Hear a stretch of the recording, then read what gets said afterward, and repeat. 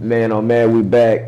One-on-one with Jerm, episode 148. And this time I got a CEO, a fashion designer, a photographer, a creative director, a stylist, a model.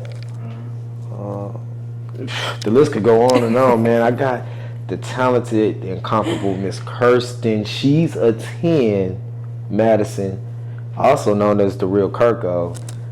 Here with us. How are you? I'm well. I like that introduction. You actually reminded me of some things that I know that I actually can do. See? That was good. That was good. See, it's always good to get a little reminder. Yeah. A little something to just bring back and be like, you know what? That was my title. Yeah. I see you're from the niggity north. I am. I call it the south side of Dallas. Why is there so much hate for the north side of Houston? I don't get it. Like, it's clean over there. Not to say the south side is not clean, but like, it's cool over there. There's not much to do. Where is it clean? Let it be known. Spring. There you go. Yeah. There you go. Yeah. Come on, I was ready for you. I'm like Spring, Greens Point. Like, I'm like in that little pocket. You in Guns Point area. See, I was hoping that you weren't going to say that was the clean part. I mean, it's cool over Rankin there. Road, all that. Yeah, okay. yeah. Okay. Well, yeah. So you went to what, Westfield?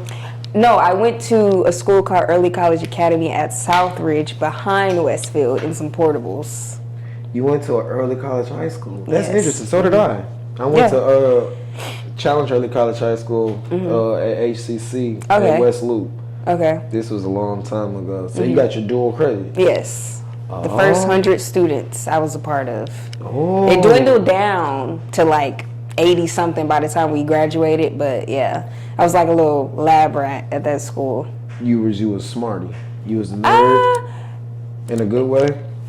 I was a BC student. I got my A's here and there, but I was like a BC. I mean, it's passing. D's every now and then. Is it passing? Yeah, it's passing. That's all that matters to me.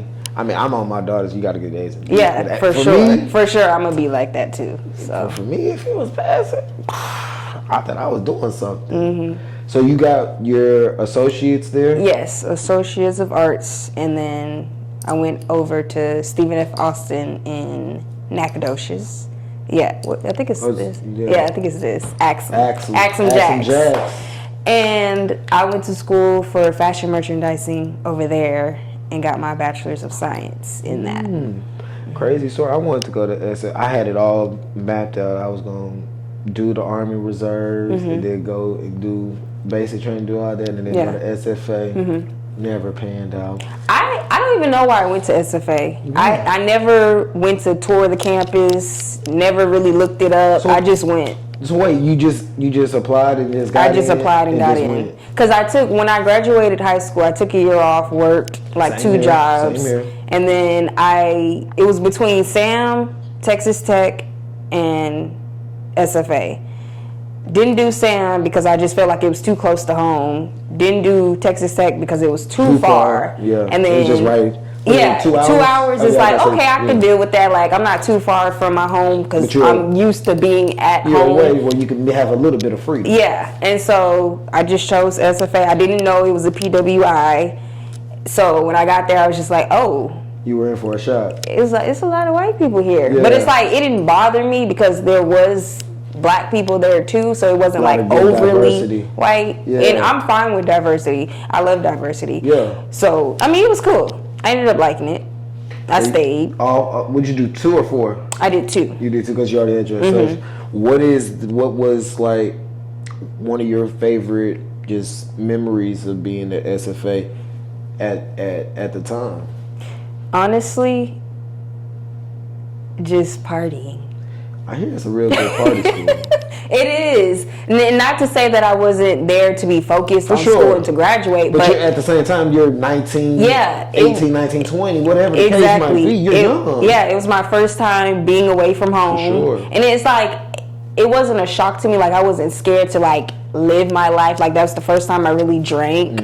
That's the first time I really was out, like, past curfew and didn't have to answer to nobody. Yeah, I was free. You felt like an adult. And still got up for my 8 a.m. classes, math classes. You was a trooper. 8 Yeah, a.m. man. and I chose that on purpose. So I was about my business, but I was also like, I'm here to also have fun and do the things that I wouldn't do at home. Right. And I met some of my greatest friends there. It was more so just about having fun. So in 2019, you started She's a 10, but let's go back to SFA. Was that always in your mind then? Was it cultivating? Were you creating it then, or was it even a thought? So, me being a little girl, I always knew I wanted to be in fashion. You know how people, I want to be a doctor, I want to do this. Sure. But other than fashion, I knew I wanted to be an astronomer. So when I went to college for fashion, I knew, okay, I'm not going to be a scientist. Like, I'm here for fashion. So it was either that or this. So I always was drawing, doodling when I was young. Like, I would ask my mom for a sewing machine, stuff like that. Like, just drawing, color pencils, like scrapping magazine pieces. What's the earliest age that you can remember yourself sewing something for like the first time? I don't know how to sew. I begged for a sewing machine. I begged my grandma to try to teach me how to sew. I don't know how to sew. At this age right now, I want to learn because I feel like that's a part of fashion, and that's something that I need to know how to do because I eventually want to do cut and sew. Yeah. Like literally think of something out of my brain and sketch it out and go to it. Whether it's me actually physically doing the sewing or hiring someone, at least I know like, okay, this is literally my piece. Like got your own material. Yes, designed for myself, tailored for my fit. Yeah. So I want to eventually get to that point. So I don't know how to sew, which a lot of fashion people don't know how to sew. I mean, there's a bunch that do and there's a bunch that don't. But yeah, stuff like that. I would ask my mom for a sewing machine, and I still have it to this day. I just don't know how to use it. But does it work? It does work. Okay. So yeah, but when I got to SFA, She's a 10 was not a thought. I never thought like, oh, I want to have my own business. My initial thought was to be a buyer. Like I wanted to go corporate. Like I want to work for like H&M in the corporate house and work my way into different, avenues, branches. And I also took interior design there too. So I almost thought that I wanted to do like, stuff like this, like housing, furniture. HGTV guy. And I grew up watching that stuff every day with my mom. So it's like a lot of my passion comes from my mom. Like she's really into like clothing and putting things together. So in 2019, once I left, I graduated 2018, but 2019 October, I believe it was October, is when it came into my mind. Like I sketched out my logo. And I don't even know where She's a 10, the name even came from. I could not tell you where that came out of my mind. But I remember sketching it out. Like, my logo is literally my sketch. And I gave it to a graphic designer. And was like, can you make this, like, in these colors? And you ran with that? And that's how I came up with that. But I don't know where the thought of even wanting to be an entrepreneur or any of that came from. It just popped into my mind, yeah. Now, what color Nintendo DS did you have? I had a pearl pink one. But I had a cheetah print decal on it.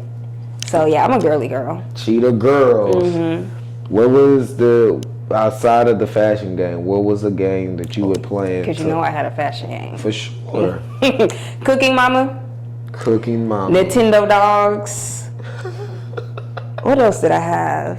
I had like some math games, like my sister had. What else? I love like Mario Kart. Okay. Who you using Mario Kart? Princess Peach? Yeah, the girls. Yeah, I know. For sure. I figured. Or the little turtle. The toad. Toad. Yeah. I figured. Okay, so you was into that, still in that girly phase. Yeah. But still had the little Mario Kart. Yeah. I'm a like Barbie doll, Bratz, doll head, doing their hair type of girl. Like I'm girly girl through and through. Oh man. So if you have a daughter, it's gonna be trouble for her daddy. Well, hopefully not, but yeah. For her daddy in his pockets. And man, it be like that for a girl dad. What do you want here? Yeah. understand. So, what age did you know that you were starting to have fly fits and stuff, and people were saying, "Dang, okay, I see." And you was like, "All right, I kind of felt validated in a sense at this age." You know, it's crazy. I wouldn't even say that I've ever had fly fits. I just think people just liked how I dressed a little bit. Like, yeah, they just, oh, that's cute. Like, where'd you get that from? And I'm not a gatekeeper, so like, if you see me have on anything, I'm like, yeah, you should get it too. Like, this is from here, because they just think it's cute. And they probably never seen it on somebody else. But fly fits, I don't know. I would have to like look back at my little like Facebook high school pictures. And when I see that, I'm like, what did I put on? But it's just like what I wanted to wear. Yeah. So it's like, that's what I feel like fashion and style is. Like, not because, I have on this name brand thing or whatever. It's like, it's what came out of my mind and what I feel comfortable with. And the silhouette of it, this goes with that. How it fits on me, whatever. And somebody so happens to think it's cute. How it fits on me. And I was having a conversation maybe a month ago. I was like, I don't dress for people. I just dress how I feel. Right. And just go out the door. And if you happy, then be happy. Yeah. When dang, I done forgot my question just that fast. I was thinking of something and it just evaporated. Jesus. Oh, forgive me, camera. I'm gonna cut this part out, I think. Dang, I really went blank. I gotta go and look. That's unlike me. I feel unprepared. So we gonna talk about fashion design. Thank you, Briggs. Oh my gosh. Thank you, okay. Briggs. Mine just went to a fart. I'm gonna say, I actually don't have this list prepared, but people that inspire me there's a girl, her brand is called Jablank. I think that's what it's called. I don't know her name, but it's called Jablank. Jablank? Yeah, it's JABLANC. And she makes like clothing out of like jewels, like very popular girl. Like a lot of people hire her to like make stuff for like music videos and stuff like that. And it's like handmade jewels from like all over the world, like skirts, bras, like jewelry. She goes crazy. Yeah, she goes crazy. Another girl is her name is Samara Lee. And she has like this tank top that everybody loves. Like, it's a simple tank, comes in multiple colors, but it's like the fit of it, like the style of it, you can put it with anything. And I'm inspired by her because I feel like her brand is universal. Like, any time of the year, people are looking to buy at her brand. Like, it doesn't matter summer, winter, fall. Like, I want to be like a staple brand like that. Like, all season. Yeah. I eventually want to like get into swimsuits, and that's another thing that I feel like people want to buy year round. Like, it doesn't matter. Like, I want people that piece. People want to be on vacation. Yeah. So that's two. Jablank. Samara Lee. And Samara Lee. Let's see. Who else? I need a promo code so I can get the discount code to my people, Jablank and Samara Lee. Expensive Girls. That's a brand? Yeah. Expensive Girls, okay. No. I'm saying like their brands. Oh, I was about to say, okay. You put me on. I was about to say. That's all I got for right now. I got to think about that because I have some more, but I can't remember their names. You ever seen the crochet girl? She from Chicago. I forgot her name, but she do like, I guess you say cut and sew, but it all be crochet. Like the whole thing is crochet. I would have to see because maybe I know, but I would have to see. You into crochet? No, I'm into fashion a little bit. You know, Complex. They be making oh yeah, they do. Oh yeah, that is true. I have a cousin that does crochet like bathing suits, and they're really nice. Oh yeah. Yeah. She do like she was in a couple of runway shows, but she do like crochet dresses, crochet, whatever you want to do, crochet, doing fashion. Okay. She's been doing it for a while. And then, who else they got? J Tips. I mean, you know about J Tips. Got some stuff. Do you have many local designers that you look at and try to maybe get some inspo from here in the city? I like Rich God. Rich God. Salute Rich God. I like the leather theme that he has going on. I like his stuff. And I feel like he gives out a lot of game. Like, anytime I read his story posts, he's like trying to tell people, like, you know, put your stuff out there. Don't worry about popularity, blah, blah. I like his stuff. That's what I be trying to tell my artist friends. Like, man, if you like your product and you promote it to an extent, your fans and your audience is going to continue to like it because you like it and you're promoting it. It don't matter. Oh, I don't know. If you like it, that's all that really matters. Right. So he definitely got a point on that, man. If you like it, put it out there. Yeah. Somebody gonna bite. Because there's millions of people out there that's looking for something to rock or whatever the case, and somebody gonna bite. Yeah. And that's it. And that one person might be all it takes. What was the first thing you created and designed for She's a 10? So when I first started, I was like buying stuff from vendors like jewelry, purses, and stuff like that, and doing photo shoots with that stuff. But then I stopped. I took probably a 6 month to a year break, and I was like, I want to design something. Like, even if it's not cut and sew yet, I want to like put something on a shirt that came from me. And so I went to Harmon one day, and I had an idea. I was like, I want to do like a embroidery logo tank, where it's like real simple, like my logo's here, but you know it's me. And so I went to this store on, I think it's Hillcroft, and I bought some tanks. Over there. And it's like, it's not exactly what I wanted, but I left the house with a mission that I wanted to create something that day. Like, I didn't want to go to the store and be like, oh, I don't like this, or like I don't like how this look or how this feel. Like, so much worrying about the quality at that moment, even though quality is very important to me. But I wanted to go home and was like, okay, I got these 20 shirts, I need to sell them. You know what I'm saying? So it has to be done. Yeah, it has to be done. Yeah. And so from there, I went to an embroidery shop, and I was like, okay, here's my design. This is what I want. This is how I want it. Here, they got that done. And I got into some trouble with them because it's like, I don't like when I tell someone like, hey, this is how this needs to look. That's how it needs to look. It doesn't need to be a different color. Like I sketched it this way because this is how I want it. I envision it. Yeah. So from there, I picked up my shirts, and I was like, okay, I got the merchandise. I need to start doing photo shoots. I need to start getting out on the street and telling people about my brand. And that's where I went from there. And that was a tank top. I did it in white, yellow, green, black, and then I did like a crop in blue. And so from there, I called my cousins and my sister. I was like, hey, I want to do some street interviews. And we went on Emancipation. We went on Main Street downtown. Smart. And then we went somewhere in like the Montrose area, I think it was.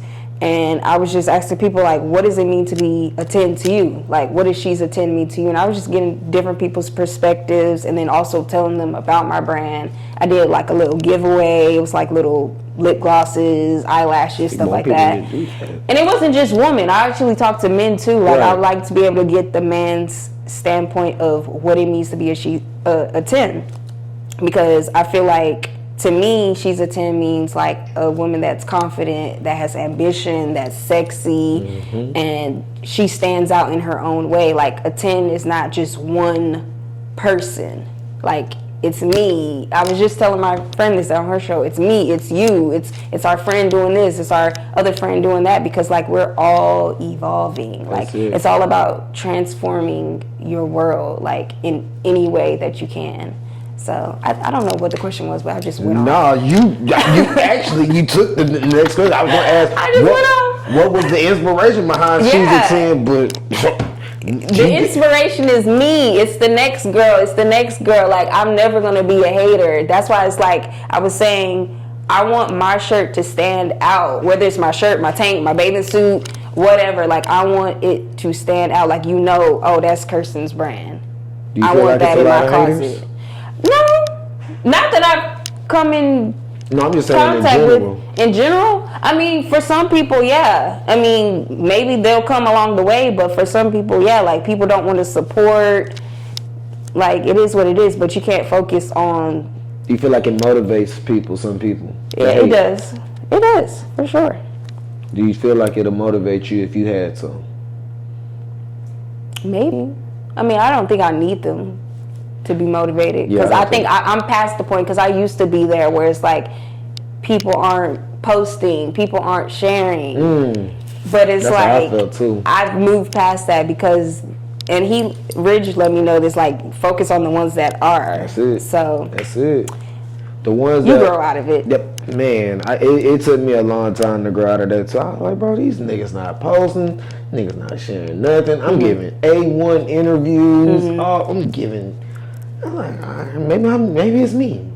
But See, and that's it's gonna trick you into thinking it's you. Maybe it's me, but at the end of the day, like you said, the ones that's gonna rock with you, gonna rock with you. What's some of the biggest challenges that you faced so far with growing a brand and starting a brand and just being the boss of it? Staying consistent. Stopping, starting, not knowing what exactly the direction I want to go in. Like, I'm actually at that point right now. Well, me being here is me starting back up. But before this, it's like you want things to be a certain way, and it's like you can't wait till things are a certain way, or you can't wait till you have enough money. Like, take what you got, And go get a build few, on that. And go from there. And so I'm actually teaming up with another brand called Clue. It's another Houston brand by Cameron Lewis.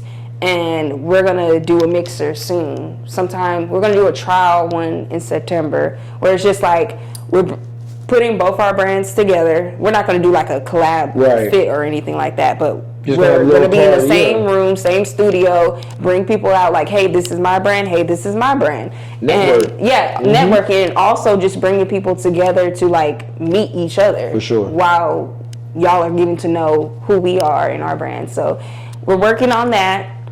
That's another part of me, like, trying to step out. For sure. Like, me being here today, me being at the other interview. Getting out and your then, comfort zone a little bit. me trying to put a mixer together. It's all, like, new to me. It's like, I'm not a shy person. Yeah. But it takes me a minute to do something new. For sure. I understand. I mean, you got master mixer put together in your corner, so you cool on that part. What do you feel like the style is here in the city that you see in your eyes? I feel like it's really lax, honestly. Like, I don't see a lot of, like, besides Rich Guy, I feel like he's a little different, and I hate to bring him up again, but I'm inspired by him for real. But other than that, I feel like it's very chill. Like, Houston is very just like laid back, throw it on, for sure, clean Air Forces type vibe. For sure. So it's not different. Like, I feel like the word different is like New York. Cali is a little more lax too. It's chill here. Yeah, it's super. I mean, just because we a slow city. Yeah. It makes us just like Dallas.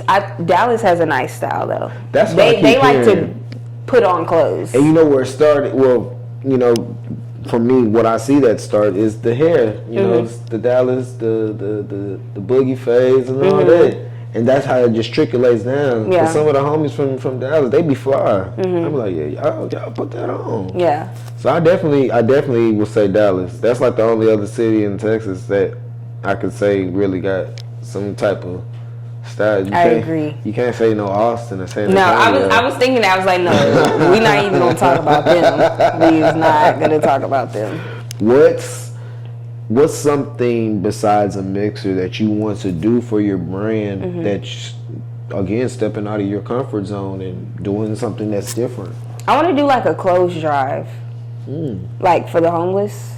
I think that would be cool. I think there's not enough, or I haven't heard of enough like fashion creators or even the most expensive people like doing stuff for the community, like giving shit away.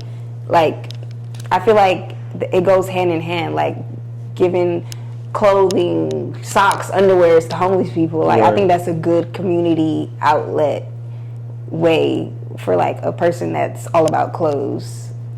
I don't know. I want to do that one day though. What's stopping you from starting that? Now, I mean, nothing's stopping me. I mean, I guess I could buy a couple of things and give it out, but like on a bigger scale though, like giant. Like I can buy like 1,000 shirts and 1,000 pairs of underwear and socks. Like that's sweats. Yeah, that's what I would want to do. Where do you see She's a 10 5 years from now? 5 years from now?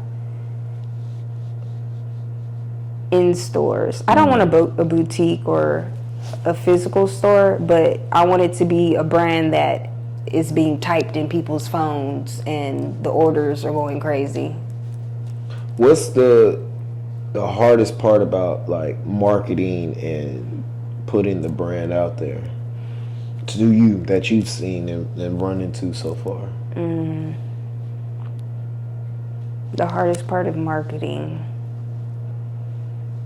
I think it costs, for sure. Because there's so much you could do on your own. I think it's a lot of word of mouth, but I feel like there's a lot of money behind good marketing. Because, I mean, I've paid for ads. They work here and there. But on a grand scale, I think it costs. For sure. But also, it's more so me putting myself, my friend was just saying this, putting myself in rooms to let people know who I am and who my brand is. I feel like there's a lot of fake rooms here in the city. You think that? Because it's the fashion community is so small. It's the same shows are going on, the same this. So it's like, if you get in those rooms, are they accepting you? Are they willing to share? Because do they like what you have going on? Exactly. Because, I mean, like, you could like what they have going on, but do they like what you have going on? So it's like, maybe we need to create new rooms. But that's what I'm saying. I'm collabing with Mixer. The maybe Mixer. That can start something fresh and new. Exactly, because I think that's what we need. I don't think enough people, because there has to be so many different people doing or wanting to do the same thing I'm doing, but they're just not putting themselves out there. And quicksand just keeps sinking. Yeah. And that's how, like I was telling Rich, I was like, I really haven't seen anybody since we started doing shows really doing stuff for these artists in the city like that. Like what we were doing and just giving them an opportunity. It's like Houston is just like at a standstill with everything. I agree. And it's like, for us being maybe the third or fourth largest city in the nation, it's like we gotta have some motion here, something gotta shake on all aspects, fashion, media, whatever. And it's like, bro, we got a Live Nation office in Montrose, and we not doing nothing basically here in the city. Right. Obviously, it might be doing something with bigger artists, but I'll be there. the Live My Nation. sister works for them. Well, she works at the comedy club, but she got hired through them. Man, and it's just like I seen this. Like, man, I'm being there. Like Rich, I hadn't been there before. I want to be, and I want to be able to just collaborate and work and figure out stuff, how we can make things just operate here, where we're not in just a stand just like this, where we're just going up. Because we got a lot of talent here. Yeah, we have a lot of talent here. It's just not being utilized the correct way. That's the thing. So you have men's clothes as well? Okay, so I dropped a collection called the Gentle Reminder collection. And I made it purposely for men and women. It was a street style t-shirt, and Ridge wore it all the time. He always got compliments. And it says on the back, Gentle Reminder, and then it has a sticky note that says, you fucked up. But on the front, it says, wait, why am I forgetting my design? What does it say on the front? Oh my gosh, it says, what does it say? Rich, can I see my phone? Rich, what does this shirt say on the front? She's a 10, but you lost. Yes, thank you. Yes, so that's what it says on the front. And then on the back is, let me tell you my inspiration behind that. Okay, so I used to work at, it doesn't matter where I worked, but I used to always be writing on sticky notes like different ideas about like my brand and stuff like that, and I always used to use green sticky notes. So that's why I put a green sticky note on the back, and it's like, gentle reminder, you fucked up. Because you use sticky notes for like reminders. I thought that was a cool little idea. That's dope. That's different though. I thought it was nice. That's I'm gonna bring different. that to you back, actually. Bring it back. I like it for men because, like I said, I want men to support my brand too. Because if you have a lady or if you have a woman in your life, like, you know, she's important. She's great. Like, don't mess around with her. You need more men models? Yes. I can call you. I'm always around. I give a couple headshots. I got a couple poses. That's it. Oh yeah, so you have to come to the mixer. Oh, just Both of y'all, actually. Just let me know when it is. Yeah, it's gonna be. I have a date. I don't want to say it yet because it might change. For sure. But it's supposed to be next month. Okay. You know I'm there. I'm always gonna support my people. If it ain't got to do with y'all, I'm definitely there to support. Yeah. So we're gonna have some photographers there because we want people to be snapping it up. Mm-hmm. Yeah. Oh, so you have a mixture? Yeah. Mm-hmm. The place? Yeah. So can we do like a live podcast? Yeah. You do whatever. Yeah. That'll be fire, Bricks. For sure. I want people to come and literally Make mix some and content. mingle. Yeah. That'll be fire. What's next to drop for She's a 10? The next drop, I'm basically rebranding what I have already dropped, which is my embroidery tanks and then my Gentle Reminder collection, but it's going to be better quality. Just the updated version. Just an updated version, okay. yes. All right. Because the first time I did it, it was just like me just go. Don't leave here without making something. But now it's going to be more intention, better quality, all that. She going top tier. You going hard when still getting shirts or what's No. up? Oh. Now, Upgraded. Now, printing wise, I'm fine with that, but quality wise, no. You Like gotta- for the actual, Are these heavy like t-shirts or And- are they light t-shirts? they were the one that I did for my Gentle Reminder is heavy. It was heavy? Shaka. Everybody knows Shaka. But yeah, it was still good quality. But the tank, I'm doing something new. Little tank top action. Get it ready for next summer. See, y'all can get ready for next summer. Shop now. Mm-hmm. You have a website? I'm working on it. I have one, but it's under construction. She's getting all ready. She's a 10 tees, bikinis, tank tops, jeans coming soon. I'm just gonna speak into existence. Yeah. You understand? Hats, shoes, socks. She's a 10. Before we get out of here, I want to thank Kirsten, the real Kirko, coming through and giving us a little more insight on She's a 10 clothing and all that she's got coming up and what she's got future plans of doing that we are going to be looking forward to here on One-on-One with Jerm. Before we get out of here, I'm going to give all her information where you can reach out to her, find She's a 10 clothing, the mixer, all of the good stuff. It's on her. Yeah, so y'all can follow me at she's__a_10. That's on Instagram. Mixer coming next month, early September. We'll have more information on that soon. Thank you for having me. It's a pleasure. It's nothing. Easy. And don't be trying to go and find her personal IG and all that mambo jumbo. She got a boyfriend, and that's my partner. I'm not with all that. I know about you creeps. I'm watching you. I got my eye on you. Like I always say when I have women guests here, I got my eye on you creeps. But no, man, I just want to thank Kirsten for taking the time out on this beautiful evening, man. Just giving us a little more insight, like I said, on She's a 10 clothing, her backstory, and all of that good stuff, man. As always, if you got some dope people like Kirsten that you want me to interview, got some dope merch, got a dope clothing brand like Kirsten has with She's a 10 that you want me to rock, send it my way. 2westboys@gmail.com. That's the number 2, WESSBOYZ@gmail.com. Or follow me, One-on-One with Jerm everywhere. Tune in, YouTube. Your financial shorts is going crazy on the views right now. Good. Tell them about the Patreon, $3. Yeah, we got the Patreon coming soon. $3. $3. I'm setting up the Patreon. $3 tier. You understand?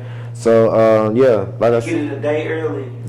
you heard what Brick said. That's my my editing and videographer. You understand? So as always, till 149, I'm one away from 150. That's crazy. We rocking, Ridge. We back in action, baby. We back in action. Thank Kirsten once again for coming. Thank Bricks behind the camera. My boy Ridge on the side. It's episode 150. Stay positive, stay prayed up, and blessings to manifest, man. We gone. Peace.